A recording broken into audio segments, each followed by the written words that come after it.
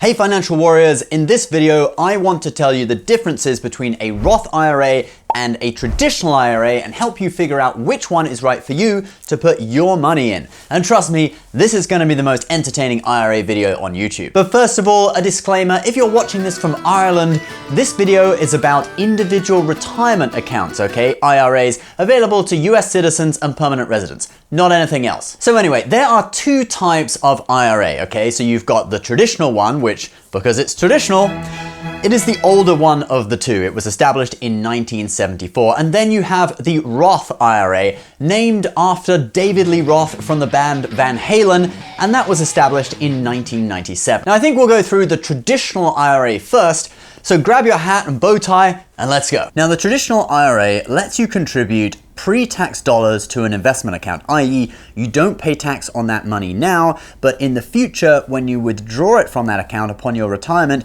you will pay tax at whatever your tax rate is in the future at that time. So this is going to be good for you if you anticipate to pay lower tax rates in retirement. Maybe you're going to earn less in retirement than you're earning now, or you're single now and you anticipate that you will be married by the time you retire, even if you earn about the same amount of money, because people who are married filing jointly actually pay lower tax rates when they earn the same amount of money as single people. Now you can contribute $6,000 a year to a traditional IRA and $7,000 a year if you are over 50, all right? They give you an extra $1,000 to catch up. You can start withdrawing that money penalty-free at age 59 and a half, and by age 72, you must start taking withdrawals of the money. The IRS has a schedule of how much you have to take from it each year to avoid penalties. If you don't take the money by 72, the IRS will hit you with a 50% penalty, basically a 50% tax on whatever money you are supposed to withdraw in it that year. Now, what happens if you want to withdraw early,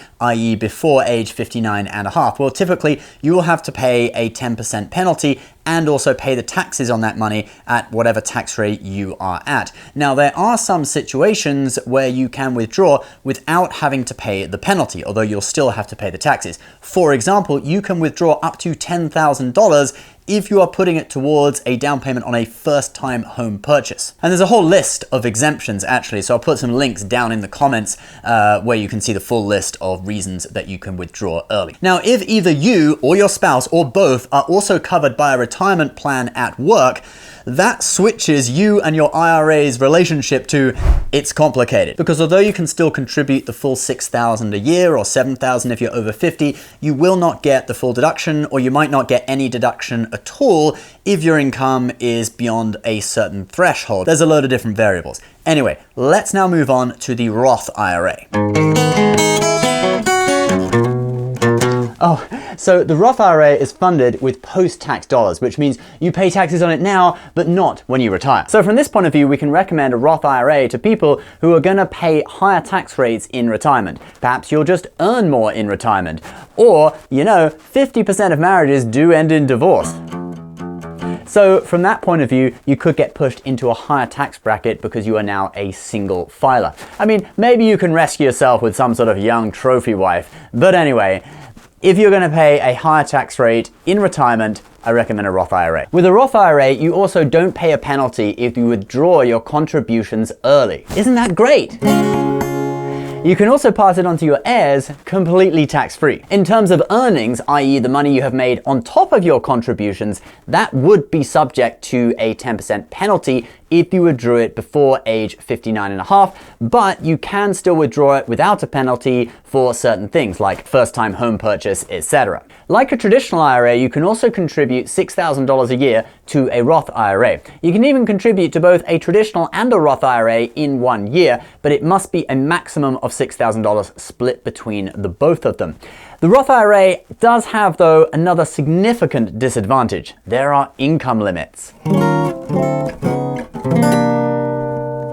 Like some people, because they are too rich, they are not allowed to contribute to a Roth IRA. Like David Lee Roth himself would be too rich to have a Roth IRA. I don't know why they even named it after him. So if you are single, you can't contribute to a Roth IRA if you earn more than $125,000 a year for the 2021 tax year and $129,000 for the 2022 tax year. And for married filing jointly, if you earn more than $208,000 in 2021 and $214,000 in 2022, you can't contribute anything.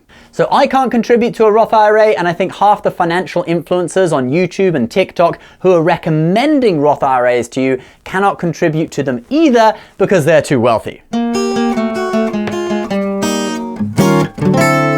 I guess it's a cool milestone. I'm too wealthy to contribute to a Roth IRA. So traditional IRAs are good for people who would pay a lower tax rate in retirement, and Roth IRAs are good for people who would pay a higher tax rate in retirement.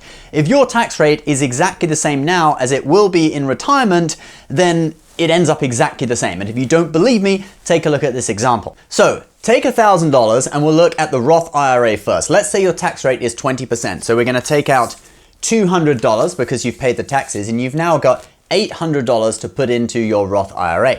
Let's have that grow at 8% annually, which is about standard for the S&P 500, and that gives us $8,050.13 after 30 years. That, let's say that's just when we retire and we take that out tax-free. Now, if you had that same $1,000 to invest in a traditional IRA, you can actually put in the full $1,000. So we just put that $200 back because you don't need to pay the taxes.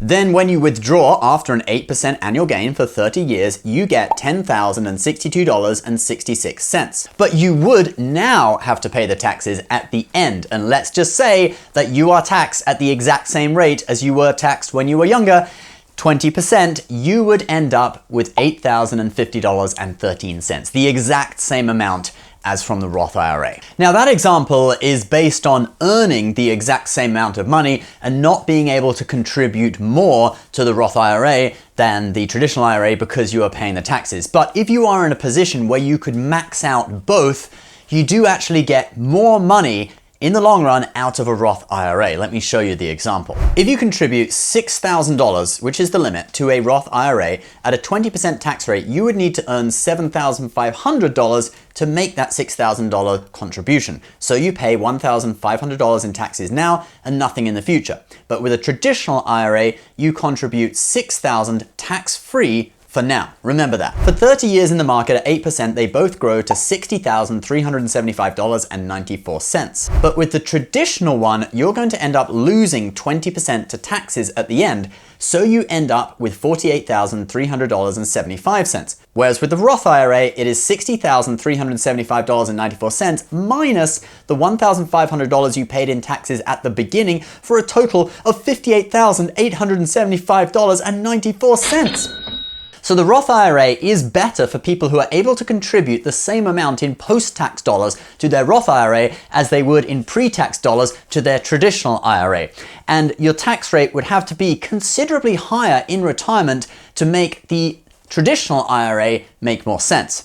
In addition, the Roth IRA is also better for people who want to make early withdrawals because there is no penalty if you want to take your contributions out early. But in the end, the decision may get made for you, because if you're too rich, you're just not allowed to contribute to a Roth IRA and you'd have to go with the traditional one anyway. All right, guys, that is our guide to Roth IRAs versus traditional IRAs in 2022. And remember, if you want to open and contribute to an IRA for the previous tax year, 2021 tax year, i.e. the taxes we are about to report, you can still do that up until April 15th of 2022, okay? You can contribute for last year's tax year and save some money on the tax return that we are about to file, all right? Thank me later for that. And if you do want to open an IRA, check out the investment app Webull. They provide both traditional and Roth IRAs, and you get 2 free stocks for signing up using my link, which is down below. All right, guys, please subscribe if you're new. Thank you so much for watching, and we'll see you next time. Bye-bye.